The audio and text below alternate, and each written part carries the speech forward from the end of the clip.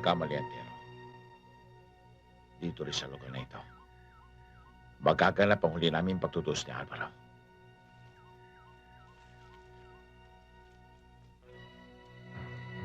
Pero kailangan pa ba siya magkaroon ng tatak bago siya mamatay, Samuel?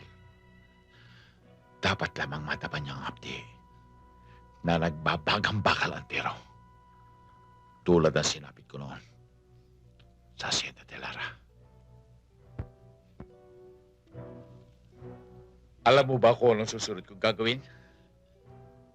Pagkatapos ko siyang tatakan, yuhulog ko siya sa hukay. Unti-unti ko siya papatayin doon.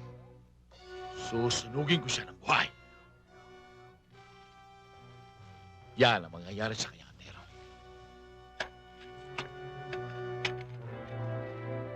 Ayaw kong makita ang katapusang ito ni Alvaro. Kahit na siya isang Delara. Siya'y tao, hindi hayop. Sasayangin mo ba ang pagkakataong ito? Matagal na panahon na hinagad natin na ibasa ang mga Delara. At ngayon, sa harap ng iyong mga mata, mamamatay sa sakala! Tero, inuutusan kita. Nasaksihan mo ang seremonya ng kamatayan ni Alvaro! Huwag mo akong utusan, Samuel. Sapagkat mula sa sandaling ito, ay ako'y hindi mo na tagasunod.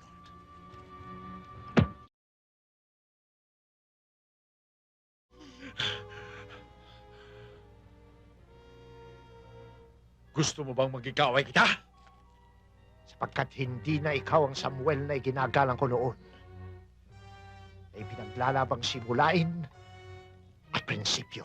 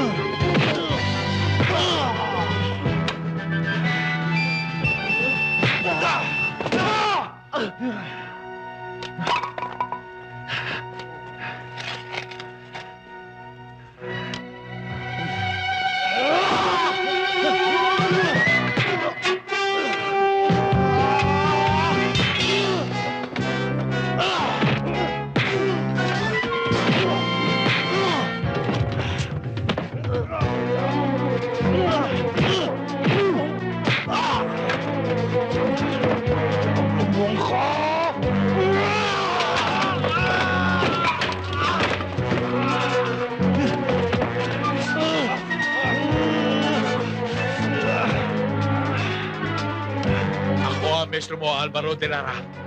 Ang tibay na natutuan mo ay hindi mo magagamit sa akin.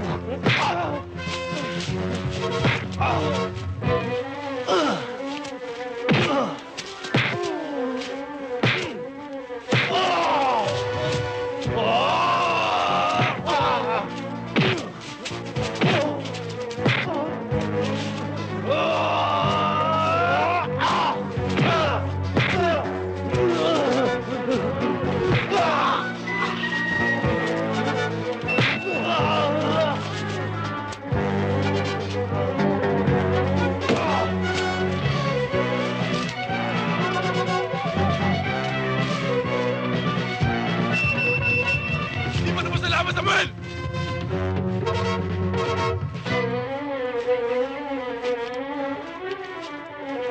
Halika rito. Lumayo ko sa puntod ng asawa ko. Halika! Lapit!